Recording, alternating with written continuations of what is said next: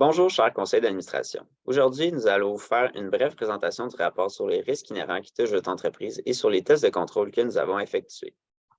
Plusieurs risques inhérents affectent votre entreprise. L'importance relative de ces risques dépend de leur impact et la probabilité qu'ils se concrétisent.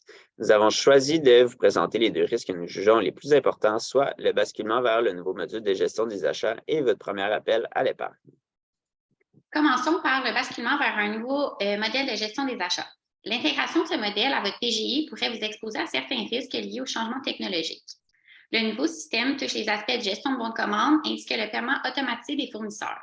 Des problèmes avec le nouveau module de gestion des achats pourraient faire en sorte que l'entreprise fasse des erreurs dans le paiement de ses fournisseurs, comme par exemple trop payer un fournisseur ou bien ne pas les payer.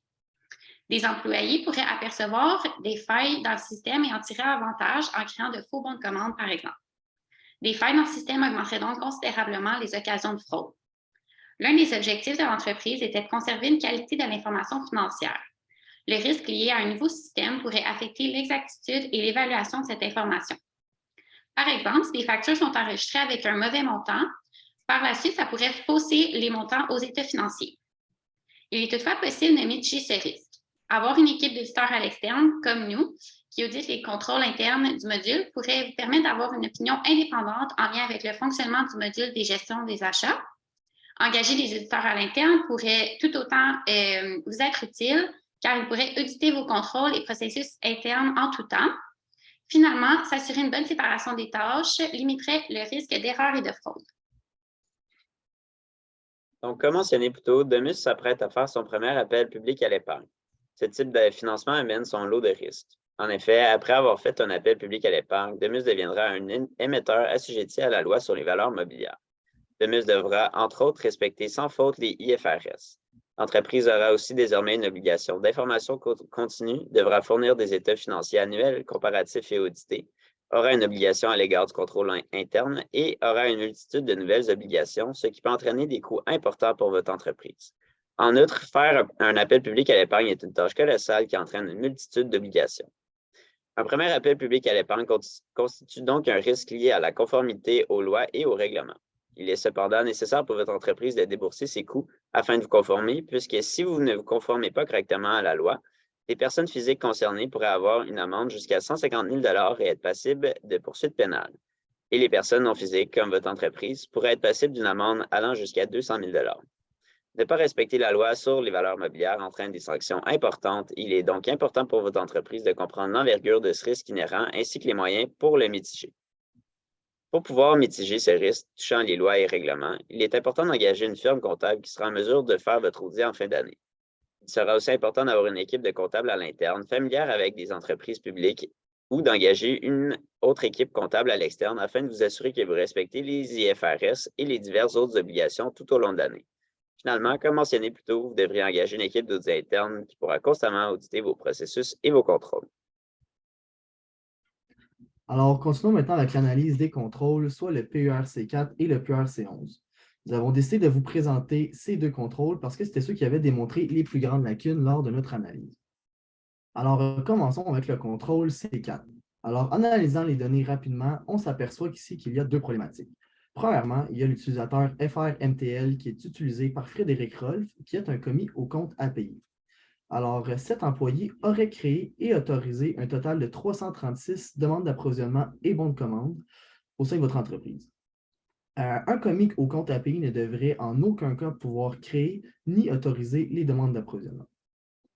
Deuxièmement, il y a l'utilisateur admin000 qui aurait approuvé 21 bons de commande. Le problème ici, c'est qu'on ne connaît pas l'identité de la personne en arrière de cet utilisateur. Donc, ce serait possiblement un employé qui n'aurait pas le niveau hiérarchique nécessaire pour approuver les demandes d'approvisionnement. Donc, ces lacunes pourraient s'expliquer par la mauvaise séparation des fonctions incompatibles au sein de votre entreprise. Il y a donc des employés ici qui ont trop de pouvoir. Ça pourrait aussi s'expliquer par des employés qui sortent de leurs tâches quotidiennes. Donc, ces lacunes peuvent ici créer des occasions de fraude assez faciles pour les employés. Donc, vu qu'ils ont beaucoup de pouvoir, ils ont la possibilité de modifier l'information financière de votre société. Ça pourrait aussi créer des erreurs parce que certains employés pourraient faire des tâches pour lesquelles ils ne sont pas nécessairement à l'aise. Par contre, ce serait très facile de régler ces lacunes en limitant dès que possible les accès de tous vos employés. Il faudrait aussi faire des descriptions plus claires de leurs tâches, comme ça vos employés n'auraient pas à se demander à chaque jour quelles sont leurs tâches quotidiennes. Passons maintenant au contrôle C11 qui a pour objectif de s'assurer qu'il y a un courrier pour la marchandise reçue, mais qui n'a pas encore été comptabilisé dans le système. En utilisant des filtres dans Excel, nous avons remarqué que 14 factures n'avaient pas encore été entrées dans le système, mais qu'il n'y avait aucun courrier qui leur avait été mis automatiquement. Le système n'est donc pas complètement efficace, ce qui va faire en sorte que certains montants dans les états financiers ne vont pas être exacts, puisque les comptes fournisseurs ou les stocks peuvent être sous-évalués. Afin de remédier à la situation, vous pourriez revoir la programmation de votre logiciel de gestion des achats afin de corriger l'erreur. Pour agir plus rapidement, vous pourriez aussi donner la tâche de vérifier les courus à un de vos commis au compte à payer. Donc, comme nous pouvons le voir, il y a des risques inhérents et des risques liés au contrôle qui entourent les activités de Domus. Les plus grands risques se situent au niveau des contrôles internes de Domus, puisque en les analysant, vous avez remarqué qu'ils n'étaient pas efficaces et ce qui augmente la possibilité qu'il y ait des anomalies significatives dans les états financiers.